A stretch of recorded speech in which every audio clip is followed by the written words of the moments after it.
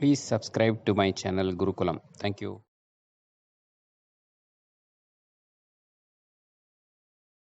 Hello viewers, let us see the meaning of the ninth sloka in the first Dashakam in the Narayaneeyam in this episode. So here the Narayana Bhatta is making two groups. One group, one side is the Narayanan and that is the Guruvayurappan. The other side is the rest of all other gods. He says the rest of all other gods, actually, they are giving you whatever you pray. See, when you are making some prayer and you are asking something, it gives some of your prayers are paid actually, not all the thing. But here the Narayanan is giving everything to you.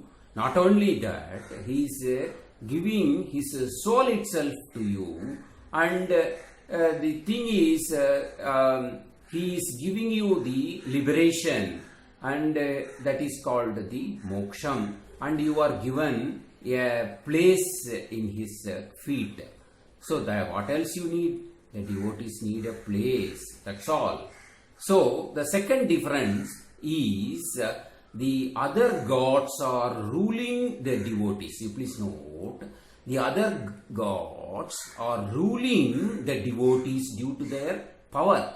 But here the Narayanan is ruling his mind itself and due to his special power. So that is the main difference between the other gods and the Narayanan. Now what he says, the devotees are actually reaching the Lord's Guruvayurappan's feet. How can everyone reach the feet? Now, it's not possible. See, those who have done the good thing more than the bad thing definitely will have the edge over the other devotees to reach the feet of the Lord Narayana. So, those who have done good things, they are reaching the feet of Narayanan, and they are feeling the happiness, entire happiness on reaching the Lord Guruvayurappan's feet. Here they say they are feeling only the happiness, nothing else. Oh Lord Guruvayurappa, oh Vasudevare, salutations to you. That's what the Narayana Bhatta says in this sloka. Now let us see the word that is line by line meaning. Here, Karunyat Kamamanyam Dadadi Kalupare Swatmadastvam Visesha. That is the first line. So, for this line, what says? The other gods are giving you whatever you ask, not the entire thing, only some portion of your prayers are paid. But the Narayanan is giving his soul itself to you, and you are getting the liberation and reaching the feet of Narayanan. That is the meaning for this line. Now let us go to the second line. Aishwaryaadishadenye Aishwaryaadishadenye Jagadi Barajane Swatmano Vishwarastvam. Here, for this sloka, what is the meaning is, the other gods are ruling the devotees due to their power. But the Lord Guruvayurappan Narayanan is ruling his mind itself with the special power. That is the meaning for this line.